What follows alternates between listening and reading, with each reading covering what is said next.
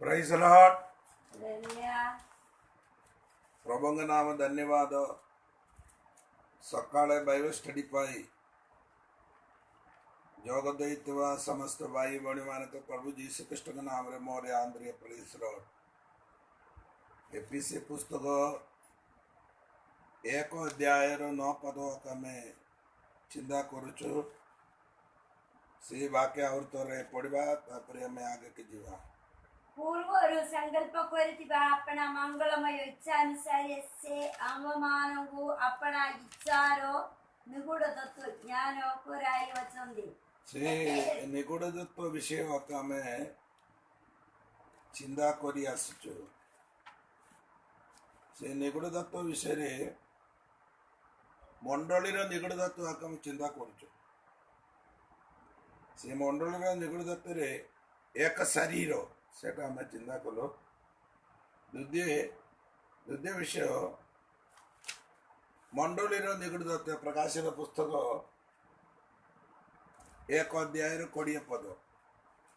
ତାପରେ ଆମେ ଚିନ୍ତା କଲେ ପ୍ରକାଶିତ ପୁସ୍ତକରେ 7ଟି ମଣ୍ଡଳୀ ଅଛି। ସେ ମଣ୍ଡଳୀର ବିଷୟ ଗୁଡ଼ିକ ଆମେ ଚିନ୍ତା କରି ଆସୁଛୁ। ସେଟା ହଉଛି ଏଫେସସ୍ ଆମେ ଚିନ୍ତା କଲୁ। ଆଜି ଦ୍ୱିତୀୟ ମଣ୍ଡଳୀର ବିଷୟ ଆମେ ଚିନ୍ତା କରିବା। ପ୍ରକାଶିତ ପୁସ୍ତକ 2 ଅଧ୍ୟାୟର 8 ପଦଠୁ 11 ପର୍ଯ୍ୟନ୍ତ। ସ୍ମରଣ ମଣ୍ଡଳୀର ଦୂତ ନିକଟକୁ ଲେଖ ଯେ ପ୍ରଥମ ଓ ଶେଷ, ଯେ ମୃତ ହୋଇ ପୁନର୍ଜୀବିତ ହେଲେ, ସେ ଏହା କହନ୍ତି, ଆମ୍ଭେ ତୁମର କ୍ଲେଶ ଓ ଦୀନତା ଜାଣୁ, କିନ୍ତୁ ତୁମେ ଧନବାନ। ଆଉ ଯେଉଁମାନେ ଆପଣମାନଙ୍କୁ ଯିହୁଦୀ ବୋଲି କହନ୍ତି, ମାତ୍ର ପ୍ରକୃତରେ ଯିହୁଦୀ ନୁହନ୍ତି, ବରଂ ଶୈତାନର ଦଳ, ସେମାନଙ୍କର ନିନ୍ଦା ମଧ୍ୟ ଆମ୍ଭେ ଜାଣୁ। ଯେଉଁ ସବୁ ଦୁଃଖ ଭୋଗ କରିବାକୁ ଯାଉଛ, ସେହି ସବୁକୁ ଜୟ କର ନାହିଁ। ଦେଖ, ତୁମ୍ଭମାନଙ୍କ ପରୀକ୍ଷା ନିମନ୍ତେ ଶୈତାନ ତୁମ୍ଭମାନଙ୍କ ମଧ୍ୟରୁ କାହାରିକୁ କାରାଗାରରେ ନିକ୍ଷେପ କରିବ, ଆଉ ତୁମ୍ଭେମାନେ 10 ଦିନ କ୍ଲେଶ ଭୋଗ କରିବ। ତୁମ୍ଭେ ମରଣ ପର୍ଯ୍ୟନ୍ତ ବିଶ୍ୱସ୍ତ ଥାଅ, ସେଥିରେ ଆମ୍ଭେ ତୁମ୍ଭକୁ ଜୀବନର ଉପମୁକୁଟ ଦେବ। ମଣ୍ଡଳୀ ଗଣକୁ ଆତ୍ମା କ'ଣ କହୁଛନ୍ତି, ଯାହାର କାନ ଅଛି ସେ ତାହା ଶୁଣୁ। ଯିଏ ଜୟ କରେ ସେ ତୃତୀୟ ମୃତ୍ୟୁ ଦ୍ୱାରା କୌଣସି ପ୍ରକାରେ କ୍ଷତିଗ୍ରସ୍ତ ହେବ ନାହିଁ। ଏବେ ଦେଖ, ଦ୍ୱିତୀୟ ମଣ୍ଡଳୀ 8 ପଦ। ଦ୍ୱିତୀୟ ମଣ୍ଡଳୀ ପ୍ରକାଶିତ ପୁସ୍ତକ 2 ଅଧ୍ୟାୟର 8 ପଦ। ସ୍ମରଣା ମଣ୍ଡଳୀର ନିକଟକୁ। ସ୍ମରଣା ବୋଲି କହିବା ମଣ୍ଡଳୀକୁ ଗ୍ରୀକରେ ଅର୍ଥ ଅଛି ପିତା।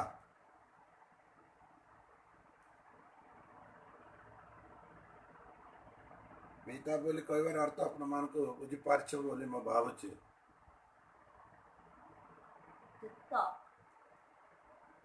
ବାଇବଲରେ ଯାତ୍ରା ପୁସ୍ତକ 15 ଅଧ୍ୟାୟରେ ଆସିଲେ ଆପଣମାନଙ୍କୁ ସେଠି ଗୋଟିଏ ବିଷୟ ଜାଣିପାରିବ। ତାର 23 ପଦଠୁ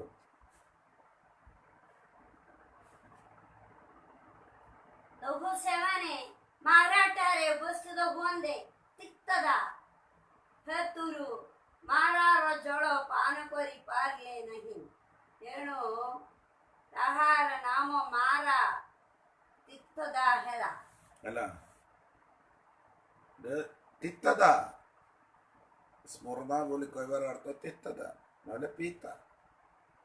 ତିକ୍ତତା ବୋଲି କହିବାର ଅର୍ଥ ଏକ ଯାତ୍ରା ପୁସ୍ତକରେ ଆସିବା ସମୟରେ ସେମାନେ 3 ଦିନ ଯାତ୍ରା କରି मारार निकटरे पहुंचले से पानी तिक्तदा तिवा द्वारा से माने ई पाला नहीं पी पारला नहीं बेले बेले आमर जीवन रे तिक्तदा आसीबो ए तिक्तदा देखिकी दुख कर ना एपसोस बोली कहवा मंडली अर्थ होची लूज से मंडली लूज आगा ए मंडली की कौन स्मरण आका स्मरणार अर्थ तिक्तता क्रिस्टिय जीवन रे तिक्तता आसी पारंदी ए मारार पक्कू से माने पहुंची मारार पानी पीवा चेष्टा कले किंतु पी पारला नहीं कारण तिक्तता तिव द्वारा से माने पी पारला नहीं तो केबे केबे हमारे जीवन रे तिक्तता आसो से तिक्तता देखिक इस्राएल लोक मैंने कौन कहले तार 24 देखो यात्रा पुस्तक तो ही रे से सदा प्रभु को निकट रे प्रार्थना करले सदा प्रभु तांगो एक प्रकार कष्ट दिखाइला से ताहा 24 सेतेबेले लोकमाने मोसांग विरुद्ध रे बचसा करी कहि कौन पाई बचसा कले आंबे माने कोण पीबा कौन पाई से माने बचसा करूचंदी तोदा देखला बेले बेले तिक्तता देखिवा समय कौन करूचंदी ए यात्रा पुस्तक 12 अध्याय का संदो तर 8 पद देखो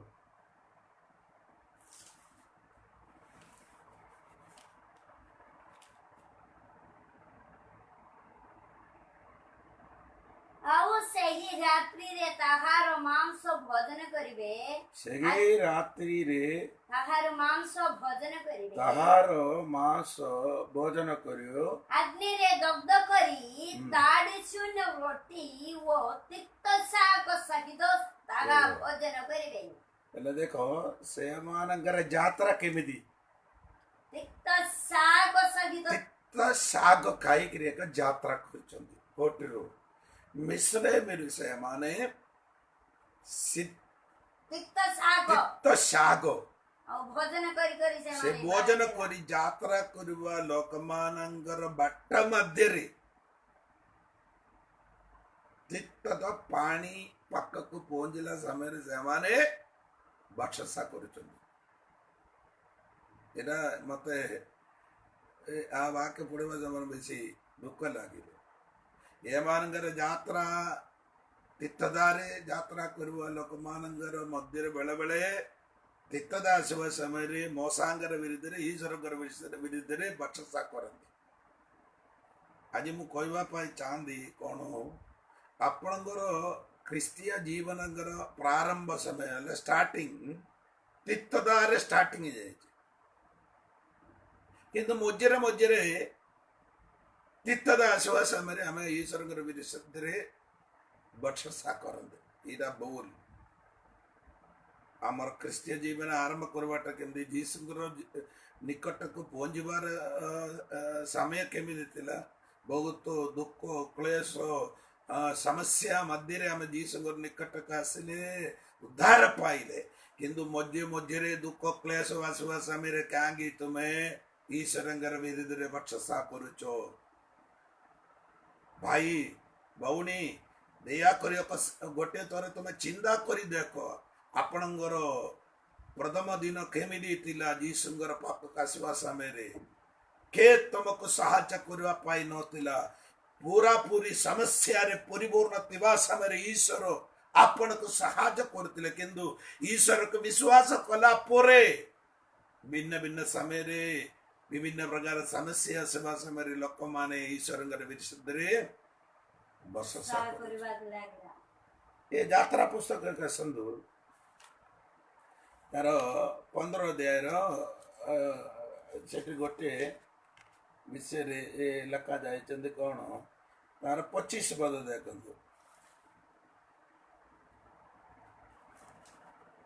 तो हिरे से सदा प्रभु को निकटरे प्रार्थना करंदे सदा प्रभु ताको एक प्रकार कष्ट देखाइले से ताहा नहीं जड़रे पकांदे जड़ मिष्ट हेला सही स्थान रे सदा प्रभु समान निमंदे विधि ओ आदेश निरूपण कले बोलो कोटे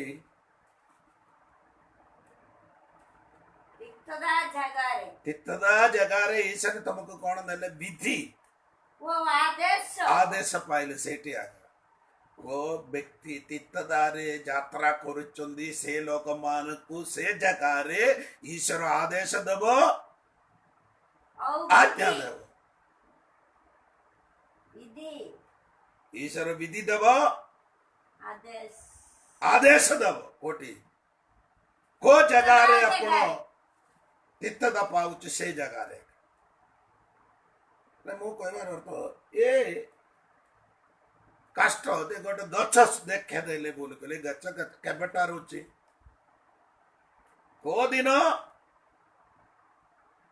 केबेटारू पानी तिक्तदा होची से दिन ठारू से गछ भी से साइड रे होची मु कहबार अर्थ बुझ पारलो आपनकर जीवन तिक्तदा केबे स्टार्ट हबो से दिन ठारू आपण को मीठा करवा जिनस भी पाखरे अछि ठीक है हमें यात्रा सॉरी प्रकाशित पुस्तक का संधु से एटीरो कोन अछि स्मरणा बोली कहबार पदर अर्थ तिक्तदा मीरा मीरा बोली कहबो दको बाइबल रे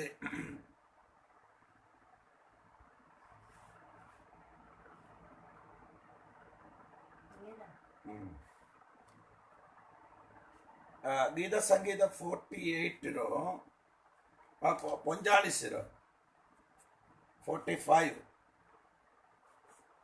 तार 8 पद देखंदु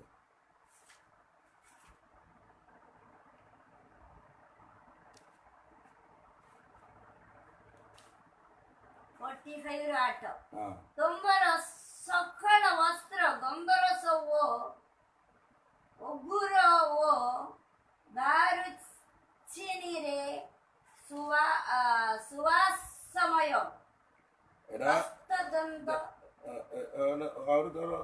सनंदो तुमर वस्त्र सबु गंधरस ए मेरा बोली कहबार अर्थ एटे के कोन होची गंधरस बोली कहि पारबे ए मेरा को बुझले की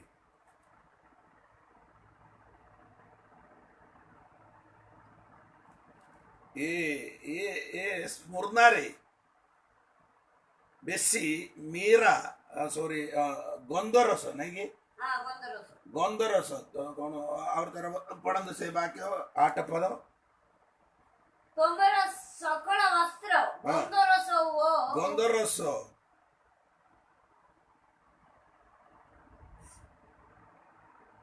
ये गंधरस बिक्री करूचंदी सेठी ये गंधरस को बेसी पीता लागिबो वो एटी लेखा जाए तुम वस्त्र सब कौन हम गंधरस ए गंधरस बेसी पीता लगे से एरिया बेसी बेपार करते स्मरणा गंधरस आवर गंधरस आवर बाइबल कहबाटा आपण मान देखंदु यात्रा पुस्तक 30 अध्याय 20 पद देखंदु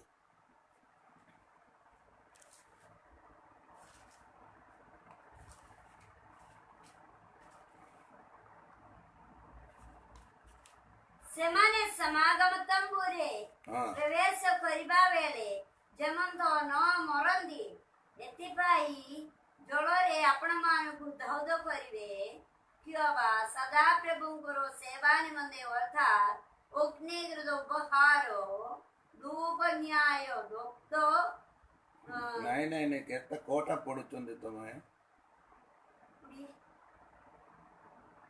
तर 23 पड़ो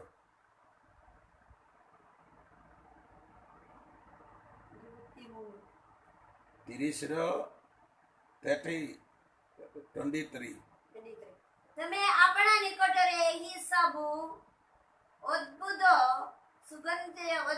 ଅତ୍ୟୁତ୍ତମ ସୁଗନ୍ଧ ଦ୍ରବ୍ୟ ଅର୍ଥାତ୍ ପବିତ୍ର ସ୍ଥାନର ସକଳ ସେକେଲ ଅନୁସାରେ 500 ସେକେଲ ନିର୍ମଳ ଗନ୍ଧରସ ହେଲା ଗନ୍ଧରସ ବୋଲି ଏଠି ଲେଖାଯାଏ ଏଇଟା ପାଇଁ ଗନ୍ଧରସ ଏ ଗନ୍ଧରସର ଉଦ୍ଦେଶ୍ୟ ଏଠି କଣ ଅଛି ଏମାନେ ଅଭିଷେକ କରିବା ପାଇଁ ତୈଳ ନିର୍ମାଣ କରିବା ପାଇଁ ଏଇଟା ଏଇ ଗନ୍ଧରସ ଦରକାର ବୋଲି ଏଇଟା କେତେଟା ଜିନିଷ ଅଛି ସେଟା ସବୁ ବିଷୟ ତଳକୁ ଲେଖାଯାଇଛି ସେଟା ଆମର ବିଷୟ ନାହିଁ ଏଇଟା ଆମ ଦେଖ ଏଇ ଗନ୍ଧରସ କଣ ପାଇଁ ଏକ ତୈଳ ନିର୍ମାଣ କରିବା ପାଇଁ इन दुई गंधरस पाई बाइबल कोण लेखा जाए एस्तेर पुस्तक आसतु 2:12 पद एस्तेर 2:12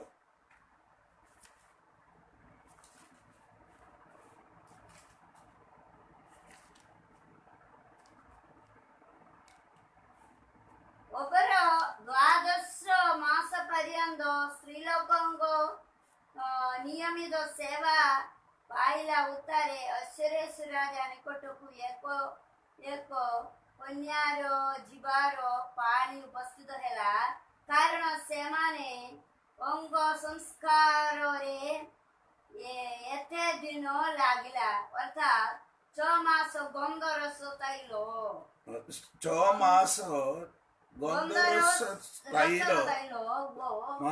6 ମାସ ସୁଗନ୍ଧି ଓ ସ୍ତ୍ରୀଲୋକଙ୍କ ଅଙ୍ଗରକ୍ଷାର୍ଥକ ଦ୍ରବ୍ୟ ଏଇଟା ଅଛି ଏ ଗନ୍ଧରସ ଏଠି କଣ ପାଇ ଦେଉଛନ୍ତି ଶୁଚି କରିବା ପାଇଁ ଶରୀରରେ ଶୁଚି କରିବା ପାଇଁ ସ୍ତ୍ରୀ ଲୋକମାନଙ୍କୁ ଦଉଛନ୍ତି ଗନ୍ଧରସ ଆଉ ଯାତ୍ରା ପୁସ୍ତକରେ ଗନ୍ଧରସ କଣ ପାଇଁ ତୈଳ ନିର୍ମାଣ କରିବା ପାଇଁ ଏଠିର ଗନ୍ଧରସ କଣ ପାଇଁ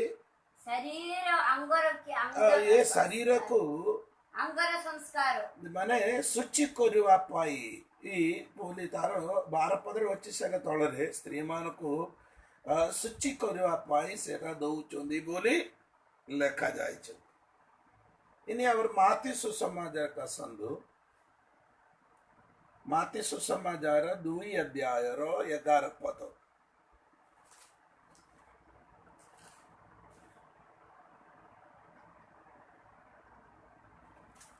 ମନ୍ଦିରରେ ଆଦିଶ୍ରେୟ ଆନନ୍ଦିତ ହେଲେ ଆଉ ଗୃହ ଭିତରକୁ ଯାଇ ଶିଶୁଙ୍କୁ ତାହା ମାତା ମରିୟମଙ୍କୁ ସଙ୍ଗରେ ଦେଖିଲେ ଓ ତାହାଙ୍କୁ ଭୂପୃଷ୍ଠ ପ୍ରଣାମ କଲେ ପୁଣି ଆପଣା ଆପଣା ଭେଟି ମିଠାଇ ସୁନା କୁନ୍ଦରୁ ଓ ଗନ୍ଧରସ ତିନିଟା ଜିନିଷ ଈଶ୍ୱରକୁ ବେଟିବା ପାଇଁ ଆସିବା ଲୋକମାନେ ईश्वर करे से 3 जन आसुची बोली कहले मिछ 3 जन नाई बेसी लोक आसिले बोली बाइबल प्रमाण दौचंदी कौन प्रमाण दौचंदी तार माती सुसमाचार 2 अध्याय 1 पढ़ंतु हेरोद राजाଙ୍କ ସମୟରେ ଜିହୁଦା ପ୍ରଦେଶରେ ବେଥଲେହେମରେ ଯୀଶୁ ଜନ୍ମ ହେବା ପରେ देश पूर्व देश देखो पूर्व देश केतेक पंडित यरूशलेम को आसी कहिले यहूदी मानकर जवन राजा जन्म ग्रहण करियछंदी से के उठारे कारण आम्भे माने पूर्व देश रे ताहांग तारा देखि ताहांग प्रणाम करबा को आसीछु एहा सुनी हेरोद राजा ओ ताहांग सहित समुदाय यरूशलेम निवासी उद्विग्न है देख ले सारा यरूशलेम निवासी ये 3 जन आसिक कहले उद्विग्न हो की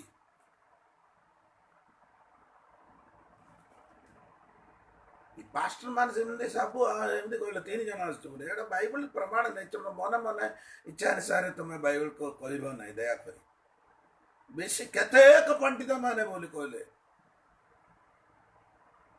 बेसी लोक आसिले से राजा जेरूसलम डोरीवार कारण बेसी लोक आसिक पचारे जुगुजी मान राजा खगुटारे जन्म होची बोली कहवा समय जे हेरोदाव डोरीगला जेरूसलम डोरीगला वो बहुत लोक मान जीसु को बेटी बाप आसिले बहुत लोक मान मध्य कौन से माने आनितिले जीसु को बेटी बाप सुना आनी सुना कुंदुरु गोंदरस ये तीनटा आनिवाटा तीनटा अर्थ होचे से पायाका गोटे पार्ट बोले एटा बेसी आनिला बुणी बेसी गोटे ट्रक रे आनिला बुणी बोले कहले जदे बेले ए माने ए पंडित माने आसले नि कि से मान को दर्शन करी कहला जमरे कोन कहले यार दाव जीसु को मरियम को जोसेफ को कहले मरिया जोसेफ को कहले ये छुआ को धर कर तुम मिस्र में दावड़ी जाओ बोले ये दावड़ी जब कहले जमरे ट्रक को पटाइले एटा नावा पाई बाइबल वाक्य अनुसार व्याख्या करंतु सेमती सुंदर लागे टेस्ट लागे आम मैंने फुलिक कहब ना वो मुकहबार अर्थ कौन अच्छे बेसी बहुत लोक आसले आसला लोक मैंने कौन सुना आनिले तापर कौन करथिले कुंदुरु आनिले गंधरस आनिले अब जीसु को बेटी बाप आसवा लोक मैंने पेड़ पिठाइले है जीसु को आराधना करबा आसवा लोक मैंने पेड़ पिटंदु एबे भी पेड़ बंद कर रखुचे काक तुम्हें आराधना करुचंदी से लोक मान से व्यक्ति को आपणकर पेटी पेड़ खुली ताटारू वस्तु आनिक ईश्वर का आराधना करो एक छेड़ छाड़ छेड़ा आमर एमती कहले आमर विषय सरब ना आवर देखु ए गंधरसर विषय आवर कोटि लिखा जाए जघन सुसमाचार 19 अध्याय 39 देखु जघन सुसमाचार 19 अध्याय 39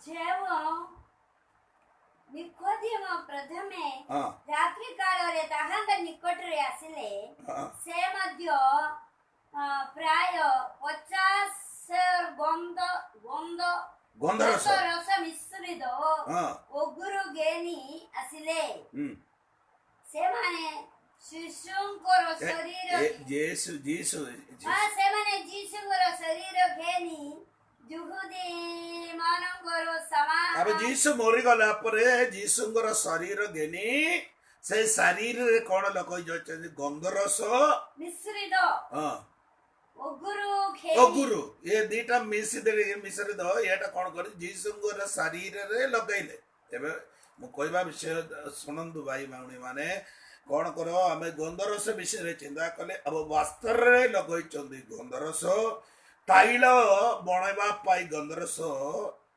पकई स्त्री मानकर शरीर को शुचि करने गंधरस व्यवहार करुचंदी जीसु को भेटेवा पाई आसवा लोक माने जीसु को गंधरस देले जीसु मरीगला पर जीसुंगर शरीर को लगेवा पाई गंधरस लगेले बोली बाइबल प्रमाण दउचंदी अदे तापरे हमें प्रकाशित पुस्तक आसवा समय कौन करुचंदी स्मरणा बोली कहउचंदी स्मरणा बोली कहबार अर्थ कौन मु कहले आपण माने पासरी जीव नहीं बोली बोली बाउची में गंधरस हां एडा का स्मरणार अर्थ कौन गंधरस स्मरणार अर्थ आमे यात्रा पुस्तक मु वाक्य पढ़ी कर आपण मान को सुने दे दे हां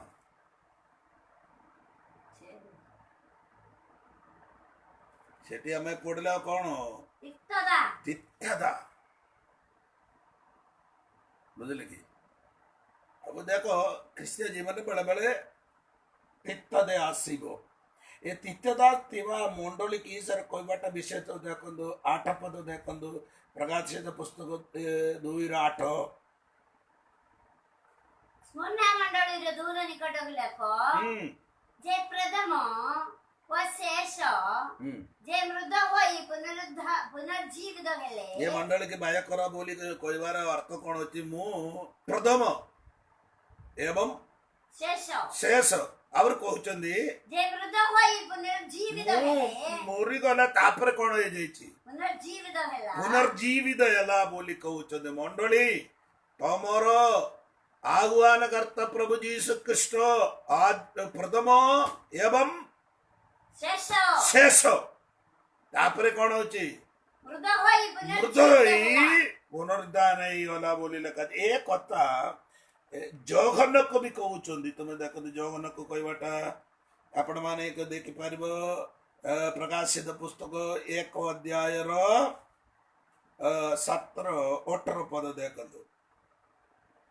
ତାହାଙ୍କ ଦେଖି ମୃଦ ପରି ତାହାଙ୍କ ପାଦ ତଳେ ପଡ଼ିଗଲି ସେଥିରେ ସେ ମୋ ଉପରେ ଆପଣ ଦକ୍ଷିଣ ହସ୍ତ ଧରି କହିଲେ ଭୟ କର ନାହିଁ ଆମେ ପ୍ରଥମ ଆଉ ଶେଷ ଦେଖ ସେଠି ଆମେ ପ୍ରକାଶିତ ପୁସ୍ତକରେ ଆମେ ପ୍ରଥମ ଏବଂ ଶେଷ ପୁଣି ସ୍ୱୟଂ ଜୀବି ଆମେ ମୃତ ହେଲୁ ଆଉ ଦେଖ ଆମେ ଯୁଗେ ଯୁଗେ ଜୀବିତ ଅଟୁ। ଏଇଟା ଜଗନ୍ନାଥ କହୁଛନ୍ତି। ଏବେ ଜଗନ୍ନାଥ କଣ କଲେ ଡୋମାଇସିନ୍ ବୋଲି କହିବା ରାଜା ତାକୁ କୋଟିକି ପଠେଇଲେ ପାତ୍ମ ବୋଲି ଗୋଟେ ଦ୍ୱୀପକୁ ପଠେଇଲେ।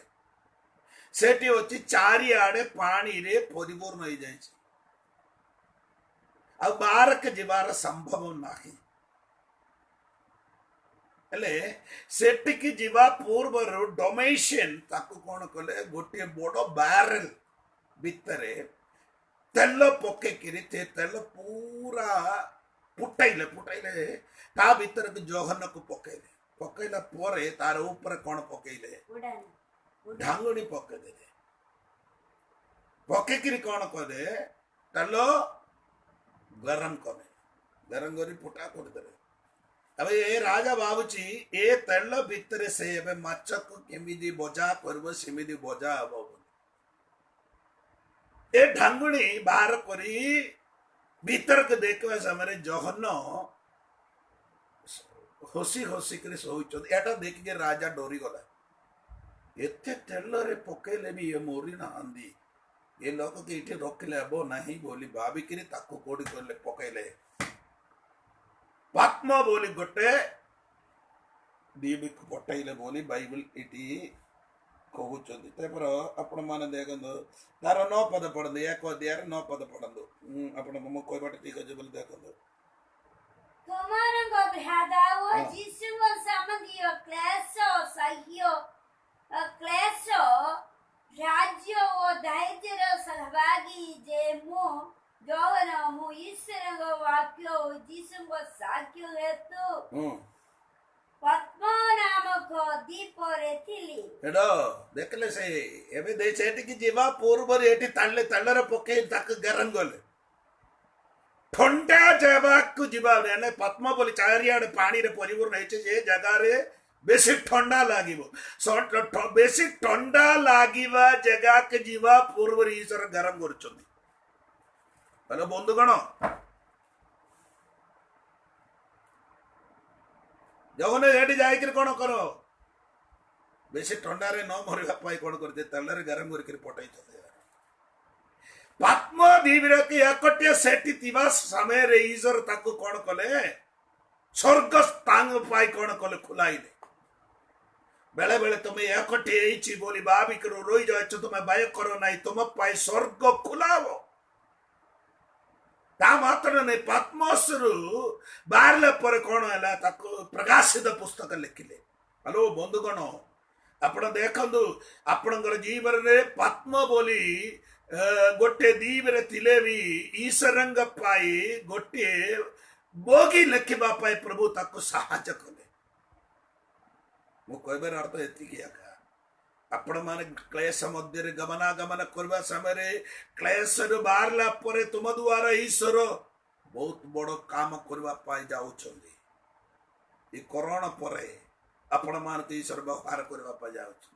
भाई मु कहबार अर्थ बाइबल रे वाक्य अनुसार मु कहूची इस्राएल लोक माने मिस्र रे थिबा समय रे 10 प्रकार क्लेश दउतिले काको ମିଶ୍ରେମ ଲୋକମାନଙ୍କୁ 10 ପ୍ରକାର କ୍ଲେଶ ପରେ ସେମାନେ ମିଶ୍ରେମରୁ ବାହାରିଲେ। ఈ క్లేశ ପରେ ଆମେ ବି ବାହାରିବା ପାଇଁ ଯାଉଛୁ। ହାଲେଲୁୟା ରାଜା। ଏ ଦୁଃଖ ପରି ଆପଣଙ୍କୁ ଗୋଟେ ବଡ ସେବା କାର୍ଯ୍ୟ ଅଛି। ଏ କ୍ଲେଶ ପରେ ଆପଣଙ୍କର ଜୀବନ ବଡ ଆଶୀର୍ବାଦ ଆସିବା ପାଇଁ ରେଡି ଆଇଛନ୍ତି। ଏ କରୋନା ପରେ ମୋ ଓଡିଶାର ମଣ୍ଡଳୀ ସାରା ପୃଥିବୀର ମଣ୍ଡଳୀରେ ଆତ୍ମମାନଙ୍କ ନୂଆ ନୂଆ ଆତ୍ମମାନ ଆସିବା ପାଇଁ ରେଡି ଆଇଛନ୍ତି। ସେଥିପାଇଁ ଭୟ କର ନାହିଁ। କ୍ଲେଶ ମଧ୍ୟରେ ଆପଣଙ୍କୁ ଗୋଟେ ଯାତ୍ରା ଅଛି। ହାଲେଲୁୟା। ସେଟାକୁ ବାଇବଲ କହୁଛି। ଏ ଜଗନ୍ନକୁ କଣ କଲେ ଏକାଦିନ ଜଗନ୍ନ ଭୟ କରିରେ ଠିଆ ହେବା ସମୟରେ ଜଗନ୍ନ ଭୟ କରିବ ନାହିଁ। ମୁଁ ପ୍ରଥମ ଏବଂ ଶେଷ ଭୟ କର ନାହିଁ। ପ୍ରଥମ ଶେଷ ଦୁଇ ଜଗନ୍ନକୁ କହୁଛନ୍ତି କଣ ମୁଁ ମରିଗଲେ ସ୍ୱୟଂ ଜୀବି ଆହୁରି କଣ ମରିଗଲା ପରେ ଆମେ ଉତ୍ଥାପିତ ହେଇଛି। ସେ ମଣ୍ଡଳୀକି ସେ କଥା ଈଶ୍ୱର କହୁଛନ୍ତି ମରିଗଲେ। ତାପରେ ଏଇ ମଣ୍ଡଳୀକୁ ଈଶ୍ୱର କଣ କରୁଛନ୍ତି ଦର୍ପ କରି କହିବାଟା ବିଷୟ ଦେଖ। ଆପଣ ମାନେ 9 ପଦ ଦେଖନ୍ତୁ। 9 ପଦ ଦେଖନ୍ତୁ। ସେ ଏହା କହନ୍ତି ଆମ୍ଭେ ତୁମର କ୍ଲେଶ ଓ ଦୀନତା ଜାଣୁ। ହ୍ୟାଲୋ ଦେଖ ଭାଇ ଆପଣଙ୍କର କ୍ଲେଶ ଈଶ୍ୱର ଜାଣନ୍ତି। କେତେ ଜଣ ପ୍ରାଇଜ ଲୋଡ କହିବ ମୋର ମୁଁ ଜାଣିନି। ଆମେନ୍। ଆପଣଙ୍କର କ୍ଲେଶ ଆଖପାଖ ଲୋକମାନେ ଜାଣିପାରି ନଥିବ କିନ୍ତୁ ତୁମକୁ କେ ଆହ୍ୱାନ କରୁଛନ୍ତି। ସେ ଯୀଶୁ ବାପା ଆପଣଙ୍କର କ୍ଲେଶ ଓ ଦୀନତା ଜାଣୁ। अब क्लेश ଜାଣିଛନ୍ତି ବୋଲି କହିବାର କାରଣ କଣ? ତା କାରଣ ଅଛି ଜଗନ୍ନ ସୁସମାଚାରକୁ ଆସନ୍ତୁ 16 ଅଧ୍ୟାୟ ତାଙ୍କର ଶିଷ୍ୟ ମାନଙ୍କୁ କହିବାଟା ଆପଣ ମାନେ ଦେଖନ୍ତୁ। 16 ଅଧ୍ୟାୟ ଆସନ୍ତୁ ଜଗନ୍ନ ସୁସମାଚାର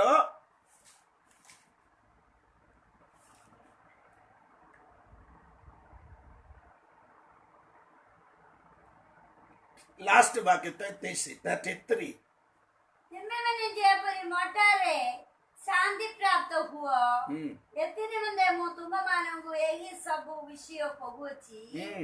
ଜଗତରେ ତୁମମାନଙ୍କ ନିମନ୍ତେ କ୍ଲେଶ ଅଛି କିନ୍ତୁ ସାଂସଦର ଜଗତରେ ତୁମମାନଙ୍କ ପାଇଁ କ୍ଲେଶ ଅଛି। ଏଇ କହିବା ବ୍ୟକ୍ତି କ୍ଲେଶ ଅନୁଭବ କରିବା ବ୍ୟକ୍ତି ଆକା ଯୀଶୁ।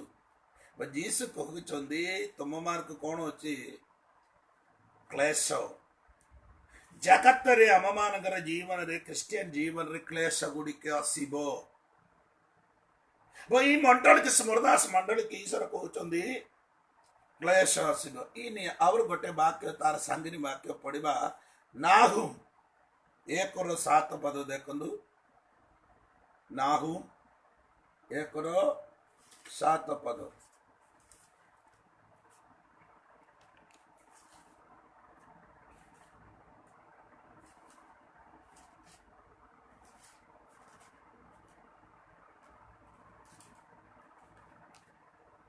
ಅಬುಕ್ಕರ ಪಕ್ಕರೆ ನವಲೆ ಮೀಕಾರ ಪಕ್ಕರೆ ସଦାପ୍ରଭୁ ମଙ୍ଗଳମୟ ସଦାପ୍ରଭୁ ମଙ୍ଗଳମୟ ଓ ସଂକଟ ଦିନରେ ସେ କ୍ଲେଶ ଦିନ ସଂକଟ ଦିନରେ ଦୃଢ ଦୁର୍ଗ ଅଟନ୍ତି। ହ୍ୟାଲୋ ସଂକଟ ଦିନରେ କ୍ଲେଶ ଦିନରେ ଆପଣଙ୍କୁ ଈଶ୍ୱର କଣ ହେଇଛି ଦୁର୍ଗ ଦୃଢ ଦୁର୍ଗ ଦୃଢ। ଆପଣ କେତେ ସଂକଟ ପାଇବ କ୍ଲେଶ ପାଇବ। କ୍ଲେଶ ପାଇବା ଲୋକମାନଙ୍କୁ କଣ କରୁଛନ୍ତି ଈଶ୍ୱର ଗୋଟେ ଦୁର୍ଗ ହେଇକିରି ଠିଆ ହେଇଛି। ଆଉ ଗୋଟେ ବାକ୍ୟ ପଢିକିରି ସେ ବାଗରୁ ଆମେ ଆଗକୁ ଯିବା। ମାନେ ପ୍ରେରିତ ପୁସ୍ତକ 14 ଅଧ୍ୟାୟର 22 ପଦ ବି ଦେଖନ୍ତୁ। ମାନେ ପ୍ରେରିତ ପୁସ୍ତକ 14 ଅଧ୍ୟାୟରେ 14 ଅଧ୍ୟାୟ ତାର 22 ପଦ।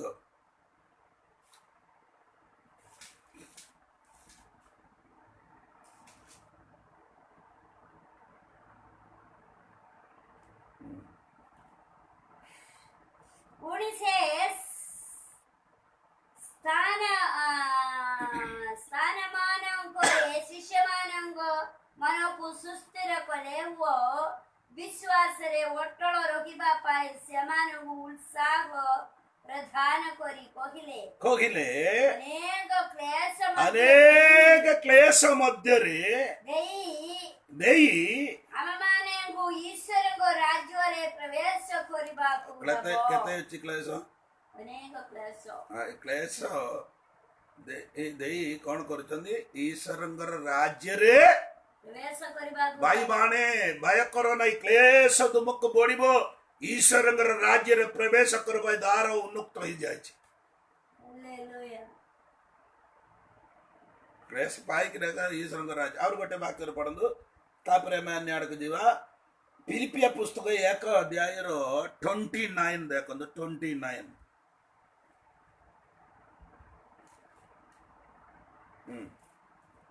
କାରଣ ଖ୍ରୀଷ୍ଟଙ୍କଠାରେ କେବଳ ବିଶ୍ୱାସ କରିବାରେ ମଧ୍ୟ ତୁମମାନଙ୍କୁ ଯେ ଅନୁଗ୍ରହ ଦତ୍ତ ହୋଇଅଛି, ତାପରେ ତାହା ନୁହେଁ, ତାହା ନୁହେଁ, ମାତ୍ର ତାହାଙ୍କ ସକାଶେ ତାହାଙ୍କ ସକାଶେ ଦୁଃଖ ଭୋଗ ମଧ୍ୟ ଦୁଃଖ ଭୋଗ ମଧ୍ୟ କରିବା ନିମନ୍ତେ ତୁମମାନଙ୍କୁ ଅନୁଗ୍ରହ ଦତ୍ତ ହୋଇଅଛି। ଅନୁଗ୍ରହ ବୋଲି କହୁଛନ୍ତି। ଏଟା ଅନୁଗ୍ରହ ନାହିଁ, ଗିଫ୍ଟ ବୋଲି କହୁଛନ୍ତି ଇଂଲିଶରେ।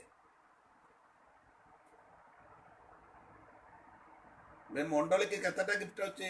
9ଟା ବୋଲି ଆକା କେତେ ଜଣ କହୁଛନ୍ତି? 9ଟା ନାହିଁ, ଆହୁରି ବେଶୀ ଅଛି। ଏଇଟା କହୁଛି ଆମକୁ କ୍ଲେଶ ଆମ ମାନଙ୍କୁ ଈଶ୍ୱର ଦେଇଥିବା ଗୋଟିଏ ବରଦାନ। ଏ ଗିଫ୍ଟ ଅନେକ ଲୋକମାନଙ୍କୁ ଦରକାର ନାହିଁ। ଖ୍ରୀଷ୍ଟ ଜୀବନରେ ଏ ମଣ୍ଡଳୀକୁ କହୁଛନ୍ତି ତୁମେ କ୍ଲେଶ ତୁମର ଜୀବନରେ ଆସିବ। ତାପରେ ଆସନ୍ତୁ ଆମକୁ ଦେଖିବା ଦ୍ୱିତୀୟ ବିଷୟ, ପ୍ରକାଶିତ ପୁସ୍ତକ ତୁମର କ୍ଲେଶ ତୁମର ଦୀନତା ଜାଣେ। କ୍ଲେଶ ମାତ୍ର ନାହିଁ, ତୁମେ ମାନଙ୍କର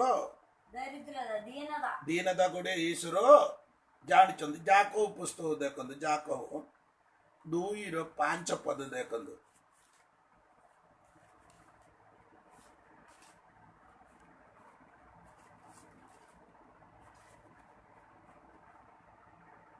ହେ ମୋର ପ୍ରିୟ ଭାଇମାନେ, ଶୁଣ, ଈଶ୍ୱର କଣ ଏହି ଜଗତର ସୃଷ୍ଟିରେ ଦରିଦ୍ରମାନଙ୍କୁ ବିଶ୍ୱାସ ରୂପ ଧନରେ ଧନୀ ହେବା ପାଇଁ, ତମେ ଦରିଦ୍ର ଦୀନହୀନ ହେଲେ ବି ବିଶ୍ୱାସରେ ତୁମେ ଧନରେ ଧନୀ ହେବା ପାଇଁ ବଡ ଧନୀ ଆକା ତୁମେ ବିଶ୍ୱାସରେ। ଟଙ୍କାରେ ତୁମେ କଣ ହେଇପାରେ? ଦରିଦ୍ର ବା ଦୀନହୀନ ହେଇପାରେ, କିନ୍ତୁ ବିଶ୍ୱାସରେ ତୁମେ କଣ ହେଇଛି? ବଡ ଧନୀ ଲୋକ। ଦୀନହୀନ ଦରିଦ୍ରତା ଏଟା ଖ୍ରୀଷ୍ଟ ଜୀବନରେ ଆସିବ। ସୁସମାଜର ବିଶ୍ୱାସ କରିବା ଲୋକମାନେ ଯୀଶୁଙ୍କର ସାଙ୍ଗରେ ଯାଇଥିବା ଶିଷ୍ୟ ମାନଙ୍କୁ ବହୁତ ଭୋକ ଲାଗିଲେ, ବେଶୀ ଖାଇବାକୁ ନଥିଲେ। ସେତେବେଳେ ଯୀଶୁଙ୍କର ଶିଷ୍ୟ ମାନେ କଣ କରୁଥିଲେ ବୋଲି ଲୋକ ସୁସମାଜରେ ଗୋଟେ କଥା ହଉଛି, ସେଟା ଆପଣ ମାନେ ଟିକେ ଦେଖନ୍ତୁ। 12 ଅଧ୍ୟାୟରେ ଗୋଟେ ମୁଁ ଭାବୁଛି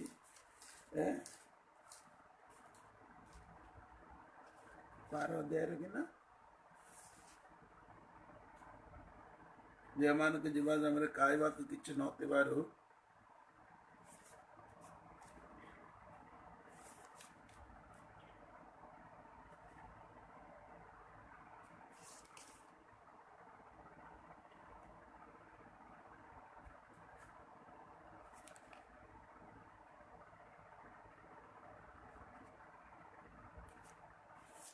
ସେ ବିଶ୍ରାମ ଦିନରେ ଯାଇଥିବା ସମୟରେ ସେମାନେ କେତରରୁ ଧାନ କାଟିକିରି ହାତରେ ମୋଡେଇକିରି ଖାଇଲେ ବୋଲି ସେଠି ଲେଖାଯାଇଛି। ଏଟା କେତେ ଅଧ୍ୟାୟ ବୋଲେ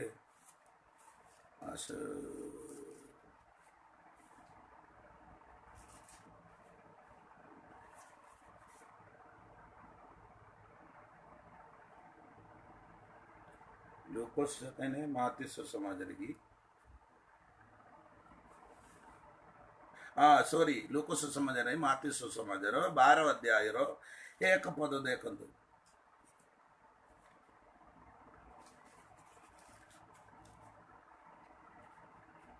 ସେହି ସମୟରେ ଯୀଶୁ ବିଶ୍ରାମ ବାରରେ ଶସ୍ୟ କ୍ଷେତ୍ର ଦେଇ ଗମନ କଲେ ଆଉ ତାହାଙ୍କର ଶିଷ୍ୟମାନେ ତାଙ୍କର ଶିଷ୍ୟମାନେ କ୍ରୋଧିତ ହୋଇ କୁଚିତ ହେଇ ଶସ୍ୟର ଶସ୍ୟର ଶିଂସା ଚିଣ୍ଟାଇ ଖାଇବାକୁ ଲାଗିଲେ ବୋଲି ବାଇବଲ ଲେଖାଯାଇଛି। କଣ ଦେଲି ଯୀଶୁଙ୍କର ସାଙ୍ଗରେ ଯାତ୍ରା କରୁଥିବା ଲୋକମାନେ ଏବେ କଣ ଖାଇବାକୁ କିଛି ନଥାଇକିରି ବେଶୀ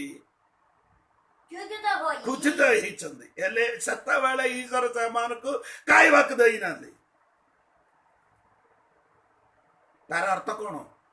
ମୋର ଶିଷ୍ୟମାନେ ଏହି ପ୍ରକାର ପରିସ୍ଥିତିରେ ଯାତ୍ରା କରିବାର ଅଛି ବୋଲି ଯୀଶୁ ସେମାନଙ୍କୁ ଶିକ୍ଷା ଦଉଛନ୍ତି। ମୁଁ ବି ସୁସମାଚାର ପ୍ରଚାର କରିବା ସମୟରେ ବହୁତ ବର୍ଷ ପୂର୍ବରୁ କଣ ଖାଇବାକୁ କିଛି ନଥିଲା। ଗୋଟେ ଦିନ ନାହିଁ, 3 ଦିନ ପର୍ଯ୍ୟନ୍ତ ଖାଇବାକୁ କିଛି ମିଳି ନଥିଲା। କାହାର ପାଖକୁ ଯାଇକିରି କହିନାହାନ୍ତି ମତେ ଖାଇବାକୁ କିଛି ନାହିଁ, କିଛି ଦିଅ ବୋଲି କହ। ଆମେ 3 ଦିନ ଉପବାସ ପ୍ରାର୍ଥନା କରୁଥିଲେ। ଭାଇ ଭଉଣୀ ମାନେ बेले बेले आपण मानकर जीवन रे दुर्भिक्ष माने इटी कोन अछि माने माने इटी प्रकाशित पुस्तक रे लिखा जायछि तुमे दीनहीन दरिद्र देई पारे बेले बेले भय करो नहीं ईश्वर सेटा जानि चंदी आपण मानकर परिस्थिति ईश्वर जानि चंदी सेति पय तुमे भय करो नहीं बोली बाइबल कहउचंदी। Praise the Lord. ये मंडली केमिति कहउचंदी तमा आपण मान देखो तो 9 पद रे 8 2 रो 9 पद रे लिखा जायछि। देखो देखो प्रकाशित हां प्रकाशित 2 रो 9 पद तो आम्रे तुमर क्लेश ओ दीनता जानो हां किंतु तुमे धनवान हां आओ जेउ माने आपण मानगु जिहुदी बली कहंदी मात्र प्रकृत रे जिहुदी नु गंदी हां परम शैतान रो दळ हां सेमानगर निंदा मध्य वेदा बेसी आकर बाबू ये माने जे कोन अछि निंदा करूछन। अपन निंदा करबा व्यक्ति कार दळ शैतान रो दळ ई मंडली रो विषय देखो मंडली की कोन हे जायछि क्लेश अछि दारिद्र्य अछि नले माने ए मानको दीनता अच्छी एटा देख दीनता अच्छी दरिद्रता अच्छी सेटा देखिकरी से मानक निंदा करचंदी। जिगुदी जिगुदी बोले कहबार अर्थ स्तुति प्रेजिंग स्तुति करवा व्यक्ति माने एव माने तिक्तदारे यात्रा करचंदी दुई क्लेश रे यात्रा करचंदी दरिद्रतारे यात्रा करचंदी दीनहीन रे यात्रा करचंदी सेटा देखिकरी कहउचंदी तुम यीशु को जानिला परे कांगी इमिदी गोटू चंदी बोली कहिकरी अपन को एवं मते निंदा करचंदी। निंदा करवा व्यक्ति माने की है शैतान रा संतान शैतान रा दल से माने जिगुदी माने ये मंडली लोक माने जिगुदी माने से मानकर मध्य थिबा स्तुति करवा व्यक्ति माने एमिदी कहवा समय रे आपण माने जानंदु एडा प्रभुंकर लोक नाही और गोटे दल एडा आमर देखो एडे आ 9 पद्धति में देखो आमर गोटे विषय सेडी गुप्त विषय रोई जाय छै आपण माने केतो जन देखुचंदी बोली मु जानि नांदी। हां 9 पद जीवित हेले हा कहंदी से हा कहंदी हमें तुमरा क्लेश ओ दीनता जानो जानो किंतु तुमे धनवान धनवान औ जेउ माने आपण मानगु जुहुदी बली कहंदी मात्र प्रकृत रे जिहुदी नु होंदी बरम शैतान रो दळो मतलब ठीक है रो जेडी गोटे विषय रो जाय छै। अब ये मंडल के ईश्वर कहउचंदी तुमे क्लेश तापर दीनता अछि एला भी तुम धनी आका केमिति धनी मो जाको पुस्तक 2 रे 5 पद पढि के सुनते विश्वास रे हमें माने धनी लोग उठंदी जागतिक भाव देखले हमर हाथ तो शून्य होछि किछ नै पॉकेट शून्य किंतु ईश्वरंगर दृष्टि रे मु एवं आपण माने बड़ो धनी लोक कारण विश्वास रे हम माने धन्य लोग बोली बाइबल कहउछंदी एई टंगा थिले आका माने बहुत आबो बोली कथा जण भाबुछंदी किंतु बाइबल कोन कहउछंदी सेडा आपण माने केते जण जानी ना बाइबल कोई बाट देख गोटे वाक्य देखंदु तार लूका सुसमाचार 12 अध्याय 15 पद देखंदु लूका सुसमाचार 12 अध्याय 15 पद गुडी आपण देखंदु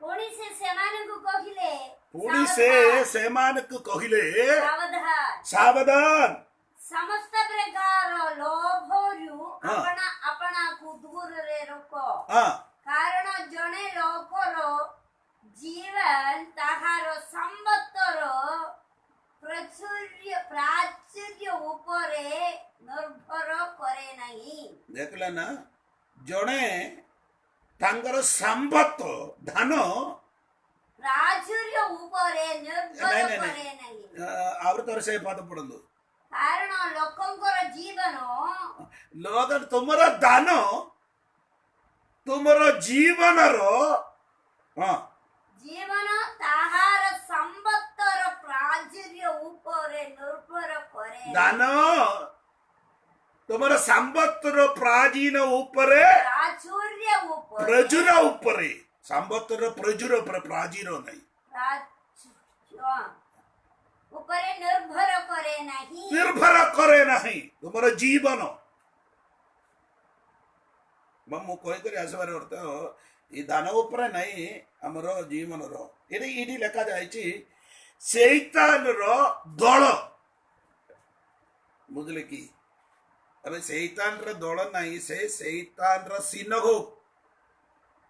सिनगोग बोली कहले जिगुदी माने प्रार्थना करबा पाई एकत्र करबा गोटे स्थान होचे एबे देखो एबे मानकर मंदिर गोटे जेरूशलेम गोटे मंदिर आके एमान कोछि जेरूशलेम रे किंतु दूर दूरांतर थिबा लोक मानको प्रार्थना सेतिक दूर जाई पारबे प्रार्थना करबा पाई सेमान गोटे सिनगोग निर्माण करंदी सिनगोग बोली कहले हमरा चर्च परी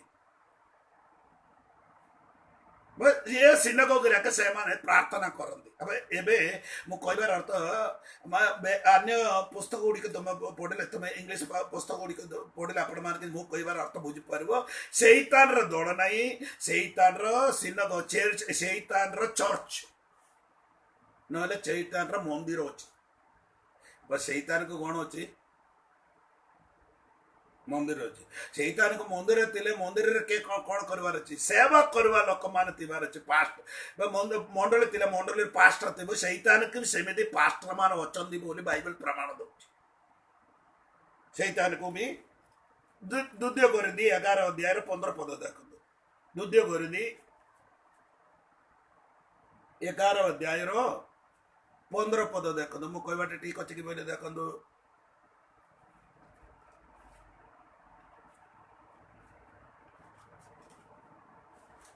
हाँ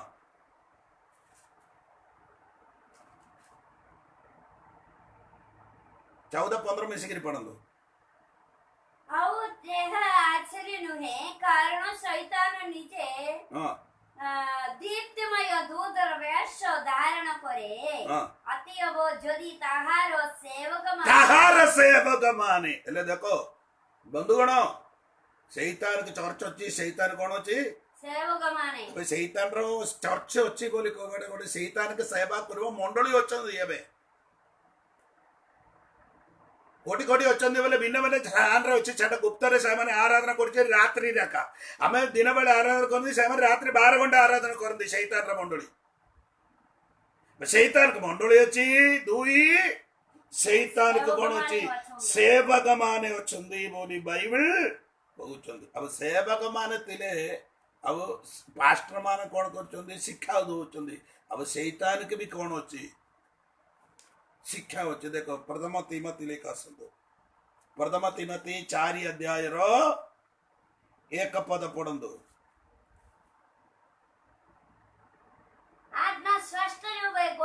आत्मा स्पष्ट रूपे कहू अछंदी उत्तर काल रे ସେହି उत्तर काल रे केही କେହି केही केही ସ୍ରଷ୍ଟ ବିବେକ ମିଥ୍ୟାବାଦୀ ଲୋକମାନଙ୍କ हम्म,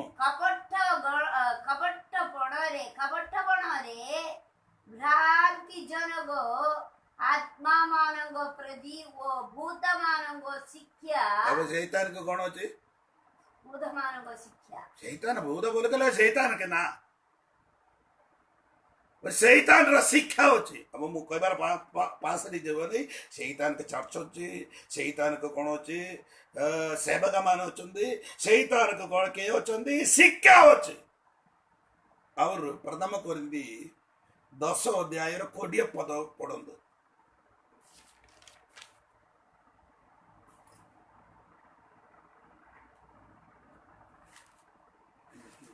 समय आ गया ମାନେ प्रथम कोरिन्थी 10 अध्याय ର 20 ପଦ ଦେଖ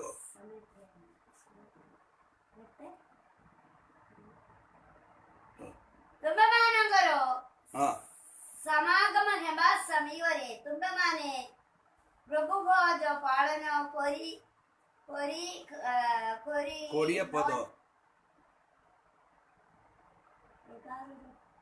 10 ର 20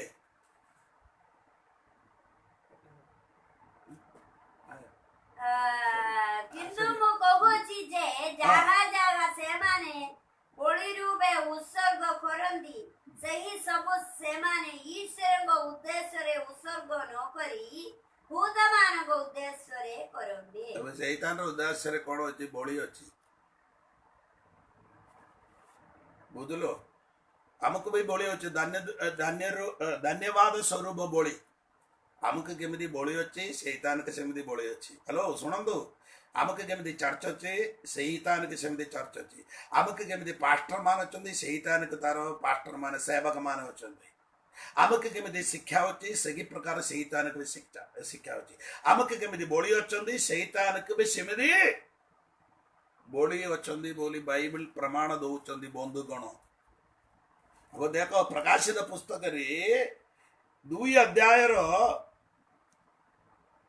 9 पदरे शैतान र दल तापर 10 पद देखो 10 पद ଯେଉଁ ସବୁ ଦୁଃଖ ଭୋଗ କରିବାକୁ ଯାଉଅଛି ସେହି ସବୁକୁ ଜୟ କର ନାହିଁ ଦେଖ ତୁମେମାନେ जय कर नहीं ना भय कर नहीं ଆୟ और तुम्हें जय करो नहीं बोल कागे बोल ଯେଉଁ ସବୁ ଦୁଃଖ ଭୋଗ କରିବାକୁ ଯାଉଅଛ हां ସେହି ସବୁକୁ ଭୟ କର ନାହିଁ जय करो नहीं बोली पढुଛନ୍ତି ଭୟ କର ନାହିଁ के दुख भोग करवा पो तुम्हें जाओ अच्छो छेड़ा तुम्हें ଭୟ କର ନାହିଁ भय करो नहीं ଦେଖ देखो ତୁମମାନଙ୍କ ପରୀକ୍ଷା ନିମନ୍ତେ ତୁମମାନଙ୍କର ପରୀକ୍ଷା ନିମନ୍ତେ ଶୈତାନ ତୁମକୁ ଶୈତାନ ତୁମକୁ ତୁମମାନଙ୍କ ମଧ୍ୟରୁ କାହାରି କି କାରାଗାରରେ ନିକ୍ଷେପ କରିବ। କାରାଗାରରେ ନିକ୍ଷେପ କରିବ। ଆଉ ତୁମେମାନେ ହଁ 10 ଦିନ କ୍ଲେଶ ଭୋଗ 10 ଦିନ ପର୍ଯ୍ୟନ୍ତ କ୍ଲେଶ କ୍ଲେଶ ଭୋଗ ହେବ। କରିବ। ଆଗରେ କହିଛନ୍ତି ତମକୁ ତାର 10 ପଦରେ ଲେଖା ଯାଇଛନ୍ତି କଣ ଦୁଃଖ ଭୋଗ କରିବାକୁ ହବ। ଦୁଃଖ ନାଇଁ ଭୟ କର ନାହିଁ। ନାଇଁ ଆଉ ତାର ପଡୋଶୀ ଯେଉଁ ସବୁ ଦୁଃଖ ଭୋଗ କରିବାକୁ ଯାଉଅଛ ଦୁଃଖ ଭୋଗ କରିବା ଯାଉଅଛ ତୁମେ ଭୟ କର ନାହିଁ ବୋଲି କହୁଛନ୍ତି। ମାନେ ଏ 10 ଦିନ ପର୍ଯ୍ୟନ୍ତ କଣ ଅଛି ତୁମକୁ ଦୁଃଖ ଭୋଗ ପରୀକ୍ଷା ଆରେ ଆମେ ମୁଁ କହିବାର ଅର୍ଥ କଣ ଏଇଠି କଣ ତୁମ ମାନଙ୍କୁ ପରୀକ୍ଷା ଆସିବ। କଣ ପରୀକ୍ଷା 10 ଦିନ ପର୍ଯ୍ୟନ୍ତ ବୁଝିଲେ କି ନାଇଁ। ଆଉ ଖ୍ରୀଷ୍ଟ ଜୀବନରେ ପରୀକ୍ଷା ଆସି ପାରନ୍ତି। এই পরীক্ষা আসবা সময় তুমি ভয় করবা নাই 10 দিন পর্যন্ত। এই 10 দিন বলি কইবাটা দুই প্রকার বেদ পণ্ডিত মানে কহନ୍ତି। এক 10 প্রকার রাজা মানଙ୍କ দ্বারা এই মণ্ডলীর দুঃখ ভোগ পাইଥିଲେ। লাস্ট কাসবা লোক আক ডোমেশন সেটা হচ্ছে বসি नीरो भी गोटे दुष्ट राजा थिले। से बहुत लोक ख्रीष्टिया लोक मानकु ताड़ना कले हत्या कले से मान अवर्णनीय ଖ୍ରୀଷ୍ଟିୟ ଲୋକମାନଙ୍କର ପାଇଁ କେତେ ତାଡ଼ନା ପାଇଲେ 10 ଦିନ ବୋଲି କହିବାଟା 10 ରାଜା ବୋଲି ବେଦ ପଣ୍ଡିତ ମାନେ କହୁଛନ୍ତି। 10 ରାଜ ମାନଙ୍କ ଦ୍ୱାରା ଇ ସ୍ମୃର୍ଣ୍ଣା ମଣ୍ଡଳୀର ଲୋକମାନେ ବହୁତ ତାଡ଼ନା ପାଉଛନ୍ତି। ସ୍ମୃର୍ଣ୍ଣା ମଣ୍ଡଳୀ ମାତ୍ର ନାହିଁ, ସାରା ପୃଥିବୀର ମଣ୍ଡଳୀ ଲୋକମାନେ ବହୁତ ତାଡ଼ନା ପାଉଥିଲେ, କ୍ଲେଶ ପାଉଥିଲେ। ଲୋକମାନଙ୍କୁ କ'ଣ କରୁଥିଲେ? ସେମାନେ ହତ୍ୟା କରୁଥିଲେ। ଲୋକମାନଙ୍କୁ କେମିତି କରୁଥିଲେ? ସେମାନେ ବେକ କାଟିଥିଲେ। ଲୋକମାନଙ୍କୁ କେମିତି କହୁଥିଲେ? ବିଭିନ୍ନ ପ୍ରକାର ରକ୍ତ ସାକ୍ଷୀ ଲୋକମାନେ ହେଉଥିଲେ। ଅନେକ ରୋଗ ଲୋକମାନେ ରକ୍ତ ସାକ୍ଷୀ ହେଇଥିଲେ। ଆମର ତେବେ ଆମର ଓଡ଼ିଶାରେ ଗ୍ରାମ ଟାଇମ୍ ତାଙ୍କର 2ଟା ଛୁଆ ମାନଙ୍କୁ କେମିତି କରୁଥିଲେ ସେମିତି ବି କରୁଥିଲେ ସେ କାଳରେ। ବନ୍ଧୁଗଣ, 10 ଦିନ ପର୍ଯ୍ୟନ୍ତ ଆପଣ ମାନଙ୍କୁ କ'ଣ ହବ? କ୍ଲେଶ ହବ। अब 10 दिन बोले कि टाइम अच्छे हमको दुख भोग पाई परीक्षा पाई गोटे टाइम अच्छे से टाइम पर्यंत परीक्षा आमर जीवन रे गोठिब बाइबल जमी लेखा जाए परीक्षा परीक्षा रे आपण मान कौन कर भय कर ना बुझे कि बाइबल कहबाटा आपण मैंने देखु माने प्रथम पीतर 1:6 पढ़ु से पढ़ी बाकी माने आसंता क्लास रे काली की मो कहबी।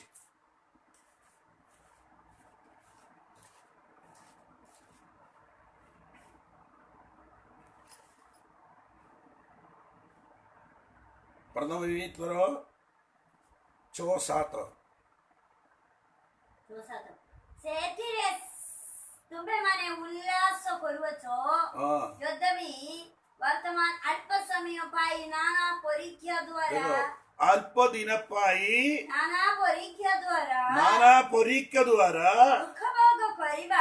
दुख भोग करिबा तुममानकर पक्षरे आवश्यक हुए अल्प दिन पर्यंत केते दिन अल्प दिन पर्यंत अल्प समय पर्यंत नाना परीक्षा द्वारा आपण मान दुख भोग करबा को पड़िबो।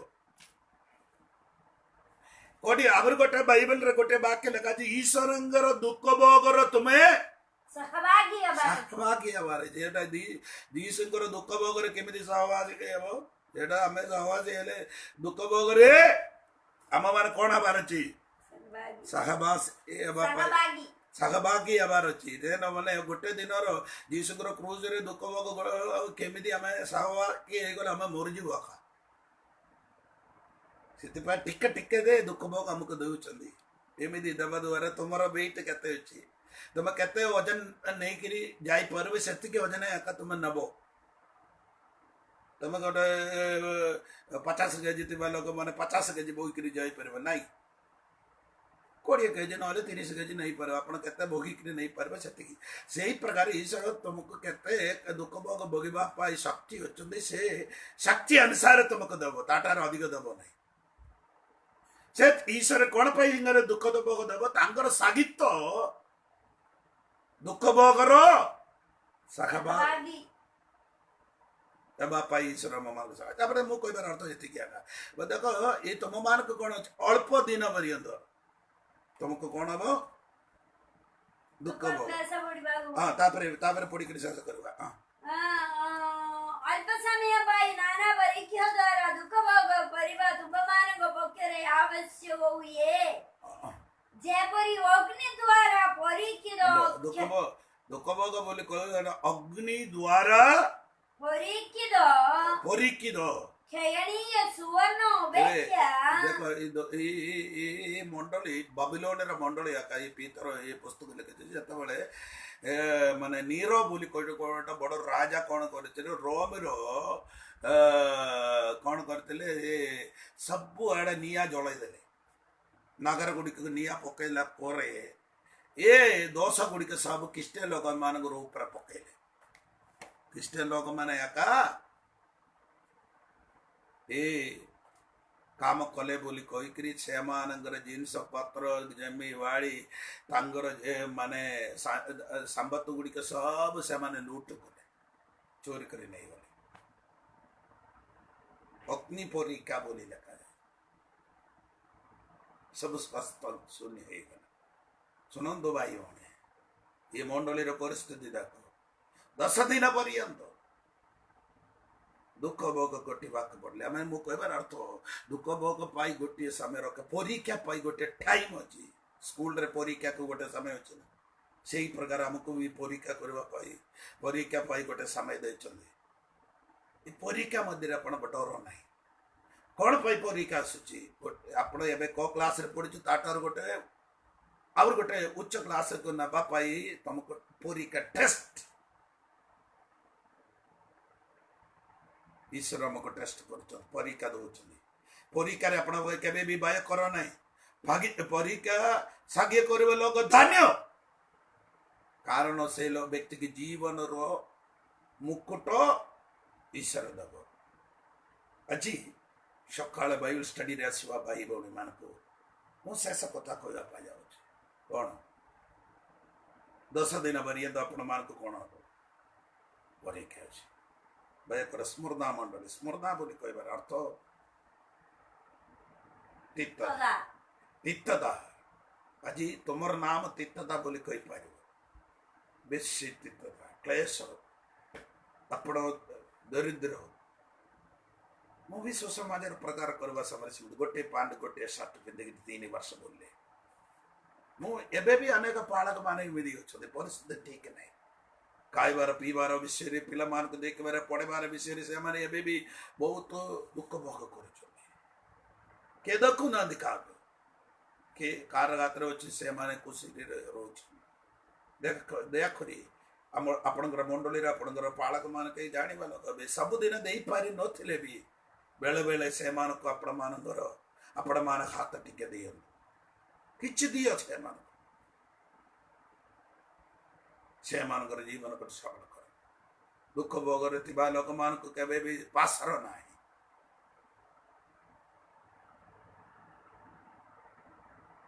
ଆଜି ସକାଳେ ଆମେ ଗୋଟିଏ ନିର୍ଣ୍ଣୟ କରିବା, ପ୍ରଭୁ ଦୁଃଖ ଭୋଗ କରିବା, ସେମାନଙ୍କୁ ସାନ୍ତ୍ୱନା ଦିଏ। ଯାହା ବି ଆଇବ ଦୁଃଖ ଭୋଗ କରୁଥିବା ସମୟରେ ତାଙ୍କର ଭାଇମାନେ ଯାଇକରି କ'ଣ ତାର ସେମାନଙ୍କୁ ସାନ୍ତ୍ୱନା ଦଉଥିଲେ। ଆମେ ବି ସାନ୍ତ୍ୱନା ଦେଉ, କଥାରେ ମାତ୍ର ନାହିଁ, ହାତରେ। ଆମର ବିଶ୍ୱାସୀ ମାନେ, ନହେଲେ ଆମର ପାଳକ ମାନେ କେହି ରୋଗୀ ହେଇଗଲେ ତାକୁ କିଛି ପଇସା ଦିଅ। ବେଶୀ ଦେବା ପାଇଁ ମୁଁ କହୁନାହାନ୍ତି, ଆପଣଙ୍କର କେମିତି କେତେ ଅଛି, 100 ଟଙ୍କା ଦେଇପାରିବ, 50 ଟଙ୍କା ଦେଇପାରିବ, 500 ଟଙ୍କା ଦେଇପାରିବ, ଦିଅନ୍ତୁ। ସେତିକି ଦେଲେ ସେମାନେ ଟିକେ ସନ୍ତୁଷ୍ଟ ହେଇପାରେ। ଦୟାକରି ଆପଣ ମାନେ ମାନେ ଦୁଃଖ ଭୋଗ କରୁଛନ୍ତି, ମାନେ ଦରିଦ୍ରରେ ଅଛନ୍ତି, ସେମାନଙ୍କୁ ତମେ ସାହାଯ୍ୟ କର। କୋରିନ୍ଥୀୟ ମଣ୍ଡଳୀରେ ବିଶ୍ୱାସୀ ମାନଙ୍କୁ ସେମିତି ପାଉଲ କହୁଛନ୍ତି, ଦରିଦ୍ରରେ ଥିବା ବିଶ୍ୱାସୀ ମାନଙ୍କୁ ସ୍ମରଣ କର, ସେମାନଙ୍କୁ ସାହାଯ୍ୟ କର ବୋଲି ପାଉଲ ବି କହୁଛନ୍ତି। ଦୟାକରି କେଲେ ଲୋକମାନେ ତୁମର ହାତକୁ କିଛି ପଇସା ଦେଲେ ତୁମେ ଖାଇବ ନାହିଁ, ସେମାନଙ୍କୁ ଠିକରେ ଦିଅ। ମୁଁ କେତେ ଜଣକୁ ସେମିତି ଦୁଃଖର କଥା ଶୁଣିବା ପାଇଁ ପାଉଥିଲି। କିଏ ଲୋକମାନେ, ଦୂର ଲୋକମାନେ କେତେଟା ବିଶ୍ୱାସୀ ମାନଙ୍କୁ ତାଙ୍କର ଦୁଃଖ ଭୋଗ ସବୁ ଜାଣିକରି କିଛି ପଇସା ପଠେଇଥିଲେ ଗୋଟେ ପାଷ୍ଟର ହାତରେ। ସେ କ'ଣ କହିଲେ, ତାକୁ ଅଳ୍ପ ଦେଇକିରି ବାକି 100 ଟଙ୍କା ପଠେଇଥିଲେ, ତାର କ'ଣ ଅଛି 70 ଟଙ୍କା ସେ ନେଇଗଲେ, 30 ଟଙ୍କା ତାକୁ ସେ ଦୁଃଖ ଭୋଗ କରିବା ଲୋକକୁ ଦେଲେ। ହ୍ୟାଲୋ, ଦୟାକରି ହାତ ଯୋଡ଼ିକିରି କହୁଛି, ସେମିତି କେବେ ବି କର ନାହିଁ। କେତେ ସେ ଲୋକ କେତେ ଦେଉଛି ସେତିକି ତମେ ଦିଅ। ଅନ୍ୟାୟର ଧନ ତୁମର ଘରକୁ ଆଣିକି ରଖ ନାହିଁ। ରଖିଲେ କ'ଣ ହବ? ବାଇବଲ କହିବାଟା ବଟ ଭୟଙ୍କର ଦଣ୍ଡ ଅଛି ବୋଲି ବାଇବଲ କହୁଛନ୍ତି। ଆଜି ଆସନ୍ତୁ ଆମେ ବନ୍ଦ କରିବା, ପ୍ରାର୍ଥନା। ଏ ଆମମାନଙ୍କର ସ୍ୱର୍ଗସ୍ଥ ପିତା, ସୁନ୍ଦର ବାକ୍ୟ ଆମମାନଙ୍କ ପାଇଁ ଦେଇଥିବା ଲାଗି ଧନ୍ୟବାଦ। ଆମର ଭାଇ ଭଉଣୀ ମାନେ, ବହୁତ ଲୋକମାନେ ବହୁତ ଦୁଃଖ ଭୋଗ ପାଉଛି, ଦରିଦ୍ରରେ ଅଛି। ଆମର ଓଡ଼ିଶାର ମଣ୍ଡଳୀରେ, ଓଡ଼ିଶା ମଣ୍ଡଳୀ ଅନେକ ପାଳକ ମାନେ, ଅନେକ ବିଶ୍ୱାସୀ ମାନେ ଦୁଃଖ ଭୋଗରେ ଅଛନ୍ତି, ଦୁର୍ଭିକ୍ଷରେ ଅଛନ୍ତି। ସେମାନଙ୍କୁ ଦୟାକରି ସାହାଯ୍ୟ କରନ୍ତୁ ମହାପ୍ରଭୁ। ସେମାନଙ୍କର ପରିସ୍ଥିତି ତୁମେ ବଦଳି କର, ମୁଁ ତୁମଠାରେ ପ୍ରାର୍ଥନା କରେ। ନାଗରିକ ଯୀଶୁଙ୍କ ନାମରେ ଏ ବାକ୍ୟ ଶୁଣିବା ସମସ୍ତ ଭାଇ ଭଉଣୀ ମାନଙ୍କୁ ତୁମେ ଆଶୀର୍ବାଦ କର। ସୁନ୍ଦର ବାକ୍ୟ ଦେଇଥିବା ଧନ୍ୟବାଦ। ମତେ ବାକ୍ୟ ଶୁଣିବା ସମସ୍ତଙ୍କୁ ତୁମେ ଆଶୀର୍ବାଦ କରୁଛ। ପ୍ରାର୍ଥନା ଉତ୍ତର ଦେଇଛନ୍ତି, ଯୀଶୁ ନାମରେ ମାଗୁଛି ପିତା, प्रभु जीशु गुरु ईश्वर प्रेम पवित्र आत्मा सौभाग्यदा तुम मान समस्त सहित प्रभु जीशु कृष्ण दुदियान पर्यंत सावर्थ्य हूँ प्रेज द लॉर्ड काली की पुणी तरह मिसवा समस्त को प्रभु बागली वाले आशीर्वाद करूँ आमेन।